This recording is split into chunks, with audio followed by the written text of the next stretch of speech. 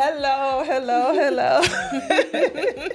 It is your host, April Rogerson, with the Slay Your Day podcast, where we find interesting and unique people, businesses, places, all that good stuff to tell us their perspective of what they're doing that's unique in the world. And today we have Janelle. Hey. Now, Janelle has been here before. I don't know if y'all remember. She's cute as a button. And we were talking about love, life, and relationships. And we are still talking about love, life, and relationships. But you have made a little bit of a pivot. I have made a pivot, yes. And it's not a little pivot. It's a big pivot. It's a big pivot. Yes. So, first off, name of your company. For the Love Counseling and Consulting. For the Love. For the Love. Now, the pivot that you made may not always be. I mean, we're going to try to find the love. We're going to find the love. We will. We're going to find the love. We're going to find the love. That is a big premise and a big part of the pivot, right? Because first and foremost, you started out, I think when we first started talking, we were kind of matchmaking, a little bit of dating, looking for love, searching for love. Yes. And then what found out was... What had happened was, okay, so as I started talking to people and trying to coach people when it came to dating, I realized a lot of people are just heartbroken. It's hard to coach people when they feel a heartbreak. So the pivot that April is talking about is, last time I was here, I was mostly focused on the coaching, but I am a therapist. I've been practicing as a therapist for the past 10 years. So I have a lot of experience when it comes to love and relationships, mental health, all of that stuff. So I was looking into going into a new lane with all of my expertise, trying to help people with dating. But like I said, I noticed, wait a minute, there's a lot of heartbroken people out here. So the pivot that I've made is focusing on divorce and breakups. So how we even started talking about this is because something that I've been noticing, and y'all chime in if you have been noticing it as well. There's a lot of women, 40 and up, that their husbands and their spouses seem to have disappeared. Right. So we're on social media and you're kind of like, where's John? I haven't seen John in a while. Right. So I said that to you and you're like, well, it's interesting you should say that because so there's something happening. I think part of it to me has been a little driven by the pandemic where people are just kind of like, you know what?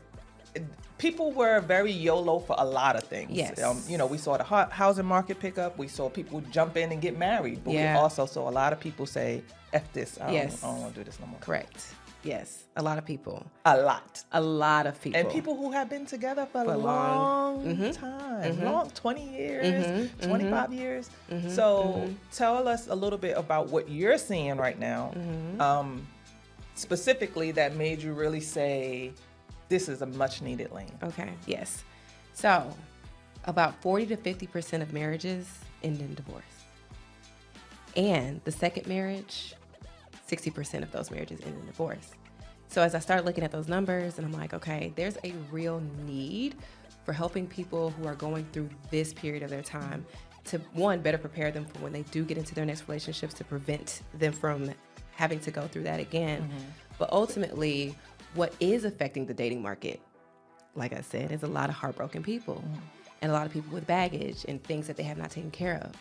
So divorce is top 2 losses that a person can experience between death and divorce. And the divorce is probably more painful. I was going to say, some argue that it's number one because that person is still here. Right. You still have to deal with them. You still have to interact with them. You still have to communicate with them if you have kids. And so it's a very tough time emotionally for a lot of people to go through. And people ain't getting therapy for that. No. And many times, when we're saying people, but sometimes what I like to do is really focus on our community and our culture, right? So we're just starting to scratch the surface, like a little bit. It'll be scratched on mental health, and really honing in and tapping in and saying, I really need to get help for this, and this is not. I'm not gonna be able to pray this away. I'm not gonna be. What Solange said about she tried to pray it away, drink it away. Right. Yes. You ain't gonna be able to pray it and drink it away. Right. Okay. So we're just starting to scratch the surface on this. Yes. But so many people, and I would say women a lot of times feel like it's if I get rid of him, everything will be fine. Right. Guys feel like that too, because a lot of women are the ones that will initiate the divorce, and the men are like, "Oh, good, finally." Right. Because they're, we talked about this before. Right. They're very unlikely to initiate the divorce. They're just waiting for you. They're just waiting for you. Right. But the pain is still there. Especially, like you said, these are people, a lot of people have been together 20 plus years. That's a lot of history. Right. A lot of hurt, a lot of pain, a lot of resentment, a lot of things that you've gone through with this person that you are no longer with. And this void, right? Because so one thing is they feel like either of them feel like now that I got rid of this dead weight, right? Yep. Or these issues, or these things that were stressing me out, and it's like you start losing the weight. I just read something today. It was a meme saying something like, "Oh, a woman goes through a divorce or a breakup, and she loses 30 pounds, opens a business, does all these things." And you, to some extent, I would say that those things can be fulfilling, because now you just opened up this space in your life and in your mind to be able to pursue things that you may not have pursued when you were with someone, because that's a very real thing. But then there's this part now that we're talking about with the relationship. It's like, okay, now that you did all these things, you're still lonely. You're still looking for companionship. You need to get over this hurdle mentally and emotionally to get to that space. Correct. And those successes has Yes. You hear that? Let me say this.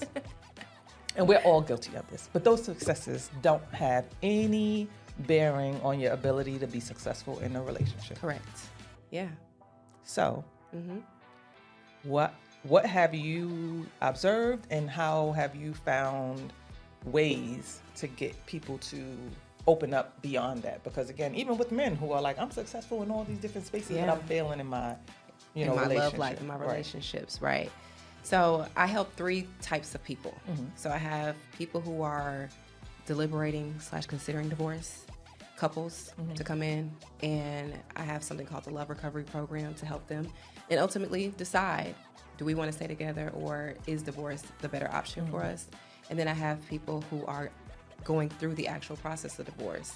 So they're going through the legal aspect of it, and they're in the thick of it. So let's have some therapy to coincide with that. And then, of course, the people who are post-divorce, the people that you're talking about, who are like, I'm good, I'm Gucci, I got my business, I done lost this weight, my hair look good, like my body okay. But like you said, when it comes to relationships, it's a struggle.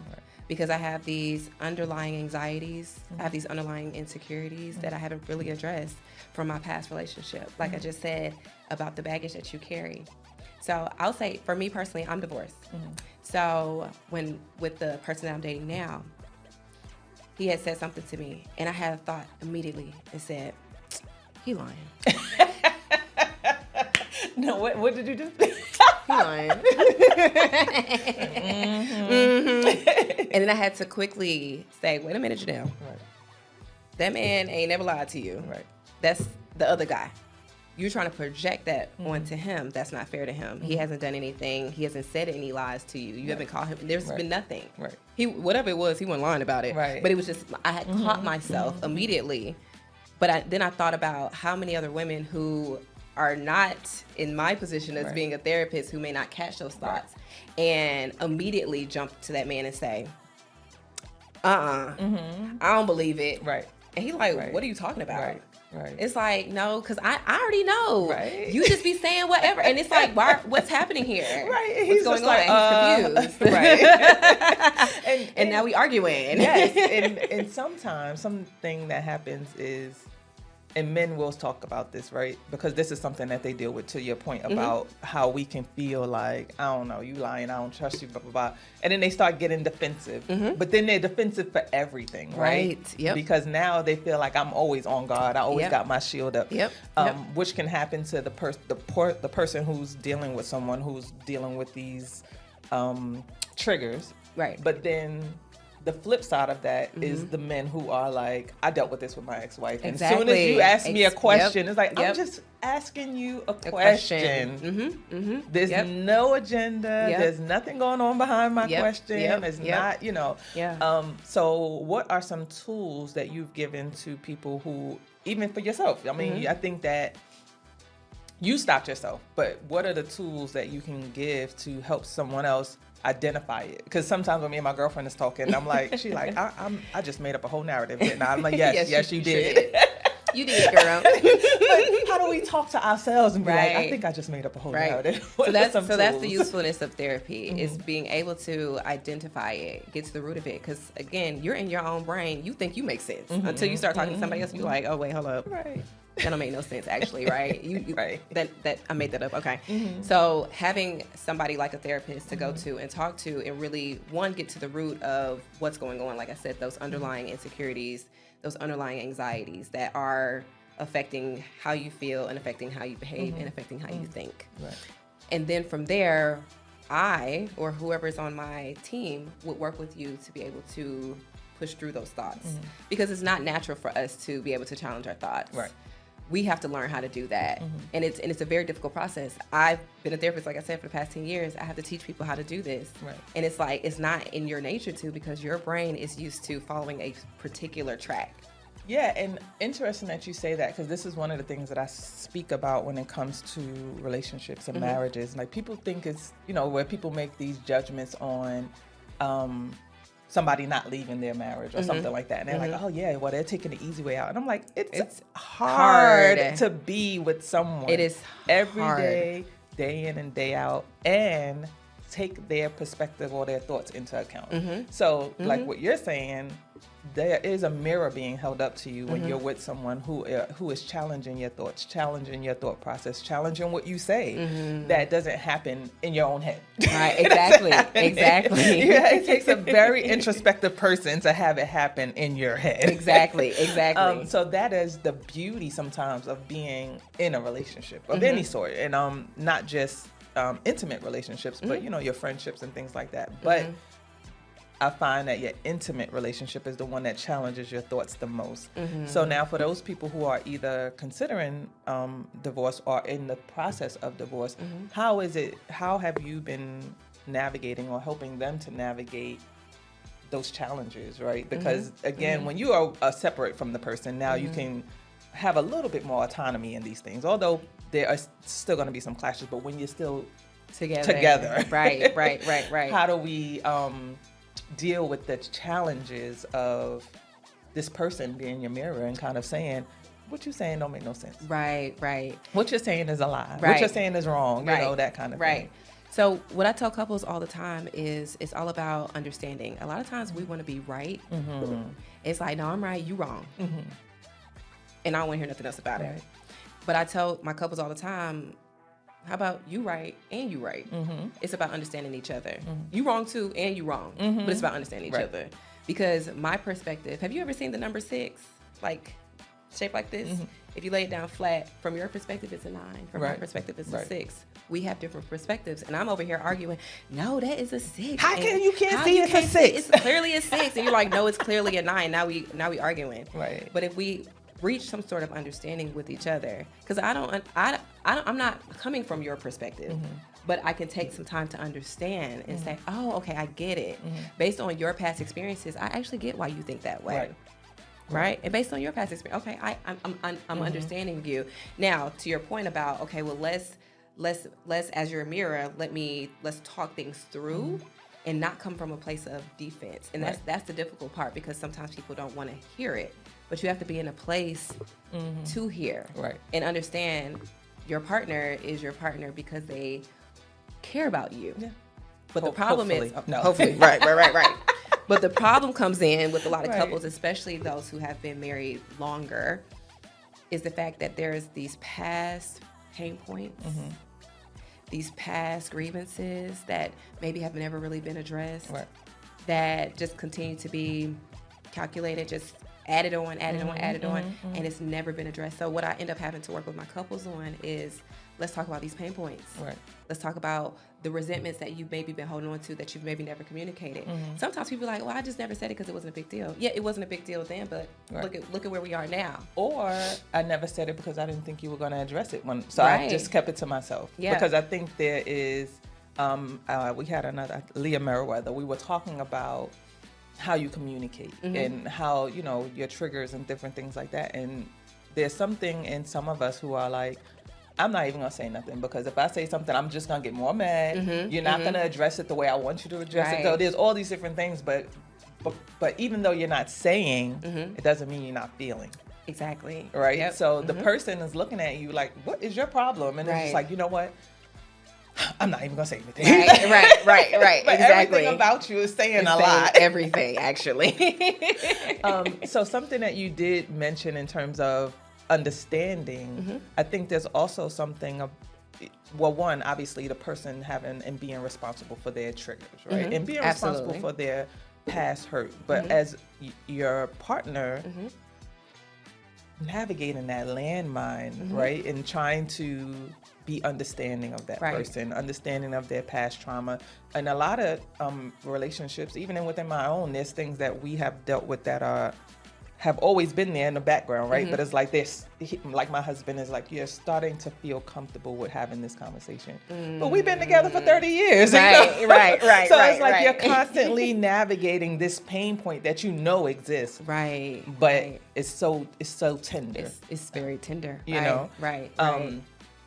How do you navigate that? Because even within the conversation and obviously when they're separated, they've come to some finality, right? Of kind of saying like, I don't have to really deal with your pain point anymore. I understand it. I can shut this conversation off when we get there. Right. But when you're still in that process, how do you navigate these pain points in an intentional and thoughtful way? Because some part of it is people poking those. For sure. You know, So there are people who are avoiding, and there's people who are like, I know that you have an issue with your mama, so I'm probably exactly. And that's so wrong to do. But yeah, people will do that. Right. So in understanding that this exists, how do we find some middle ground? Because there's not discussing the pain doesn't make it go away. Right. But constantly poking the pain just exacerbates it and cause constant friction and no real healing happening. Right. So talk a little bit, about that. Sure. So one thing that I teach my clients about, one is emotions, because like you just mentioned, when we're communicating with each other, most times emotions are underlying a lot of what we say. And so sometimes you have to communicate with those emotions. But if you don't know what those emotions are, if you don't even know the names of it, because I have people be like, oh, I can control my emotions. Okay, name them. Oh, I can't. Oh, okay. So how you control something you don't know the names of? So I have to teach people, okay, let's look over what's called the feelings wheel. Let's look at this group of feelings so that way you can start to pinpoint and identify, okay, this is how I actually feel. So what sometimes happens between us is, let's say, for example, your husband has been going out for the past, 3 weekends. And don't do that. He been going out with the boys. He's like, all right, bro, I'm out. And you like, okay, the first weekend, okay, it's cool. Second weekend, okay, cool. Third weekend, you like, So you've been feeling a little lonely. You want to spend time with your man, understandably so, and he keeps going out with the boys. Right. So he comes home Saturday evening, he turns up, whatever, and you like, you never hear. You ready for him. Oh, I'm finna go in on him. Right. What's that gonna do except cause him to get defensive? Right. But if you say, babe, I've been feeling very lonely. You taking ownership of how you feel versus accusing that person of what they are or not doing. So you come from it from a point of, let me speak about my emotions. So that's number one. The second thing that I tell people about is code switching. Okay, so we are very familiar with code switching, right? Okay, you show up to your employer house or your employer's right, the job, right. And you code switch. We all do it, right? Well, I teach my couples how to code switch. I say, when it comes to your spouse, you need to code switch. That means you need to be compassionate. Right.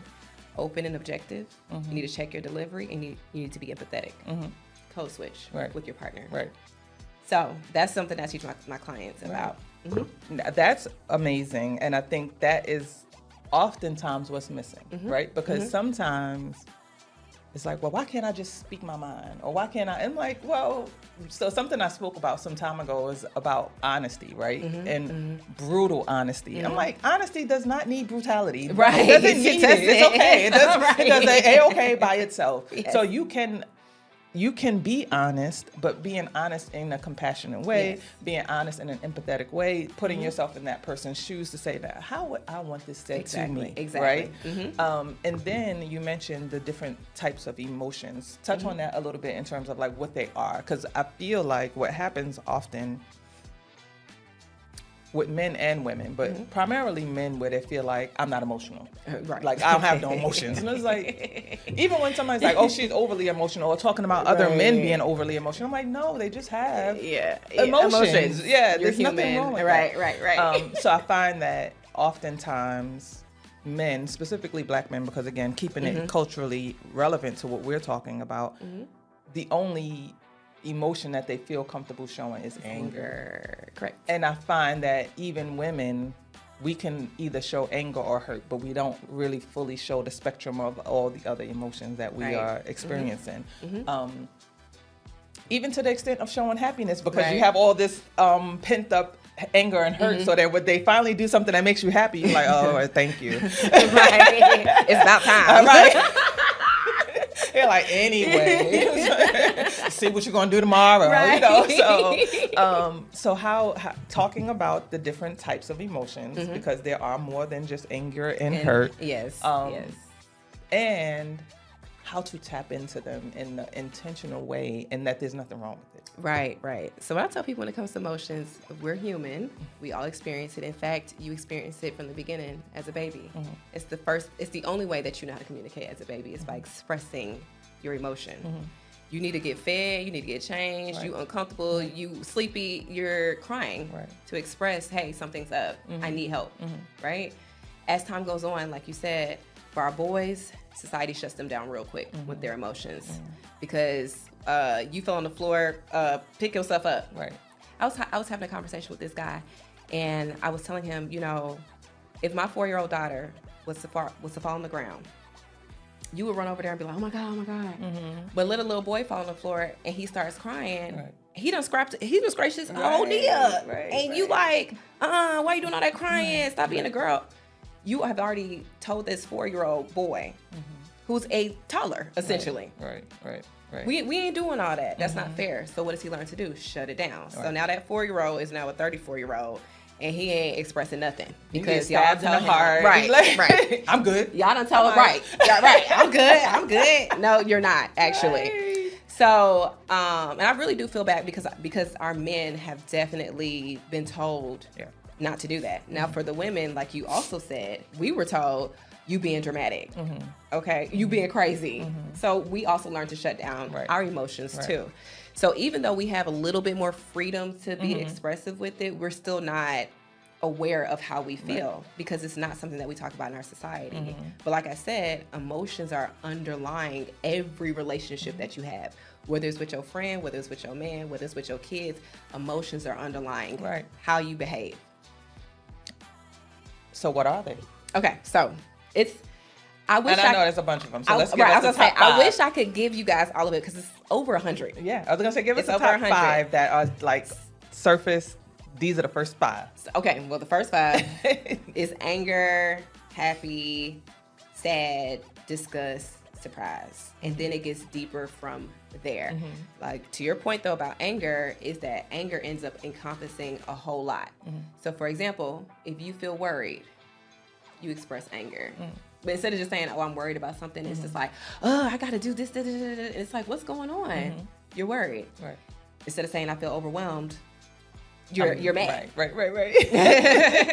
Everybody like, what is your problem? Right. Why? Right. Exactly. So that's understandable. If you feel sad, you're angry. Instead of, saying, okay, I feel a little sad, I feel a little lonely. Like I just gave with the example, you come across as very angry. when you feel disrespected, instead of saying, oh, that was a little disrespectful, we're just mad. We turn up very quickly. Right. Like I said, it's over 100 emotions. So it's hard to like pinpoint. So that's why I have to show people the wheel so they can start to point out, oh, okay, wait a minute. This is actually what it is. Right. Because I think, to your point, even with, let's say with infidelity and stuff, men automatically think that is anger, right? But it's like, I feel betrayed, I feel devastated, I feel disappointed, I feel all these different feelings. Yeah. Yes, anger is on the list, but but it's a multitude underneath the anger. And the only thing that they see or feel is the anger of it all, right? Right. But if they were equipped with the tools to identify those other emotions, they would see it a lot differently. Correct. They're not looking at you like, oh, what the... She's so hurt and she's so disappointed and she's betrayed and she's these things. Right. She mad. As soon as she stop being mad, we're gonna be all right. Good. Psych. So, but with that being said, we've done a little. This one we're gonna be a little quick. That's what we told Rob. Yeah, we Rob did. And we can go down this rabbit hole. But let's wrap up talking about, one, how someone would get in contact with you, and again reiterating the community that you're working with, the 3 different tiers of people that you work with, and how they would get in contact with you. Gotcha. Okay, so my website is www.4theloveco.com. You can email me at info@fortheloveco.com. You can call me at 470-600-2180, and you could probably put that in the notes or whatever. Oh, he'll do that. Okay. Yay, Rob. So those are the best ways to reach me. And I would ask, for the 3, let's talk about the 3. Tell me them again, because my question is tied to that. Okay, so I work with people who are deliberating divorce, people who are going through the process of divorce, and those who are post-divorce. What is the biggest tool or advice that you would give that applies to all 3? That applies to all 3. Ooh, that's a good one. So I got a tool that I can apply to the last 2, because it's very simple, because it spells out divorce. So when you're going through the process of divorce or post-divorce, you want to make sure you detach. That's D for obviously, right? I, do some introspection. V, you want to validate how you feel. O, you want to open up. R, you want to rebuild. C, you need closure. And E, you want to empower yourself. Well, does it get any better closing than that? Thank you to Janelle. I appreciate you, honey. Thank you for having me. One more time, name of the company. For the Love Counseling and Consulting. Janelle Dorsey. Thank you Thank much. you. Bye, guys.